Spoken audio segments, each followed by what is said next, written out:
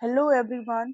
पिछली वीडियो में हमने पढ़ा था वर्चुअल ऑटिज्म के बारे में और अब हम पढ़ेंगे कैनर सिंड्रोम के बारे में। किसके बारे में? कैनर सिंड्रोम के बारे में।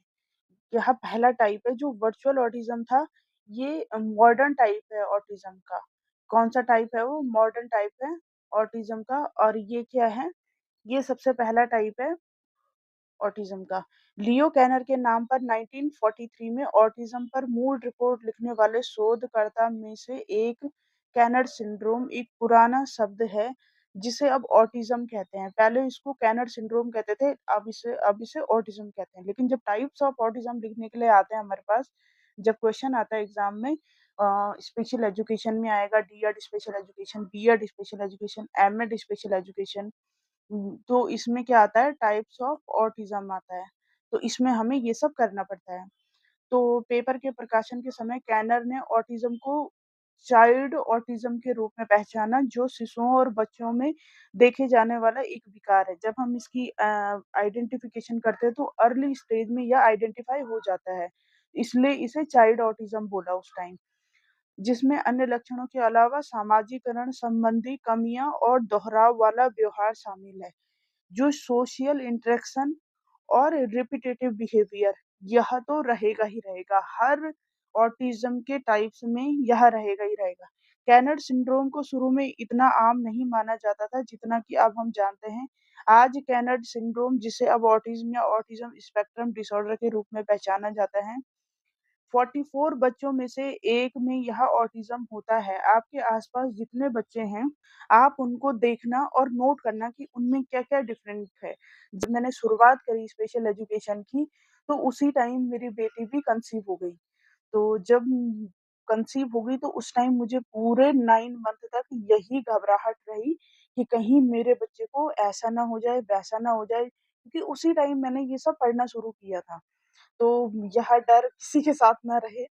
हालाँकि मुझे पता था, पर फिर भी एक डर रहता था कि जब कुछ कुछ चीज़ें, जैसे ये ऑटिज़्म है, तो ये ऑटिज़्म अभी तक इसके कोई अ, स फैक्टर का पता नहीं चल पाया। बस ये है कि ऑटिज़्म या तो जेनेटिक जिसका बैकग्राउंड हो, ये हो सकता है, फिर या फिर एनवायरमेंटल फैक्टर।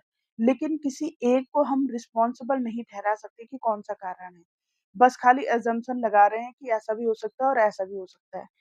तो इसके सिम्पटम्स, यह 30 महीने की उम्र से पहले शुरुआत, इसकी जो शुरुआत को हम पहचान सकते हैं वो 30 मंथ। तो 30 मंथ्स कितना होता है? ये होता है 2.5 ईयर, 2.5 साल तक, मतलब ये इसके लक्षण की शुरुआत हो जाती है। असामान्य भाषा पैटर्न, बच्चा क्या करता है, रिपीट करता है। पहले वो बिल्कुल दादा-दादा, मामा-मामा, पापा-पापा ऐसे शब्द बोलने लगता है। तो यह बच्चे क्या होते हैं, यह बच्चे बिल्कुल चुप होते हैं। जब एक सामान्य बच्चा बिल्कुल पापा कहाँ जा रहे हो? इस तरीके से वर्ड बोलने लगते हैं, या मम्मा दूधू दो, मम्मा दूधू, इस तरीके से, तो तब भी यह बच्चे चुप होते हैं। जब सामान्य बच्चे एक सेंटेंस बोलने लगता है 2 साल की उम्र तक, तो तब यह बच्चे धीरे-धीरे रिपीट करने लगते हैं। परिवर्तन का विरोध, अगर आपने कोई चेंज कर लिया, तो यह बच्चे उसमें उनको प्रॉब्लम हो सकती है। प्रॉब्लम मीन्स इनका फिज़िकल एनवायरनमेंट भी हो सकता है उसमें, इनके रूम का एनवायरनमेंट भी हो सकता है।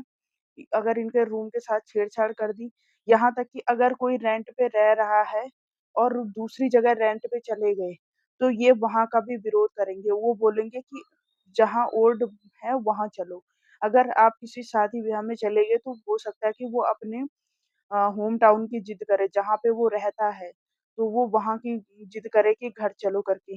तो ये भी हो सकता है, ये चेंज हो सकता है। खाने की चीज़ का चेंज हो सकता है, उसके खाने में जो वो खाता है, वह वही डिश का डिमांड कर सकते हैं कि मुझे वही खाना है, कोई नया नहीं। भाषा विकास में गंभीर कमी, यह बच्चे बहुत जो इनका लैंग्वेज डेवलपमेंट होता है, वो बहुत कम होता है। और कुछ बच्चे इसमें इशारे में भी बात करते हैं और अपनी बात को समझा भी नहीं पाते और ना ही दूसरे की बात को समझ पाते हैं, और उम्मीद करते हैं कि सारे हमारी बातों को समझ जाएँ, जबकि वो बहुत कम लैंग्वेज डेवलपमेंट होती है उनमें। दूसरों की प्रति प्रतिक्रिया की व्यापक कमी, रिस्पॉन्स की कमी, जब हम फिज़िकली भी हम रिस्पॉन्स देते हैं और ओरली भी हम रिस्पॉन्स देते हैं, लेकिन यहाँ बच्चों में क्या पाई जाती है, कि रिस्पॉन्स की कमी पाई जाती है। वस्तुओं से अजीबो-गरीब जुड़ाव।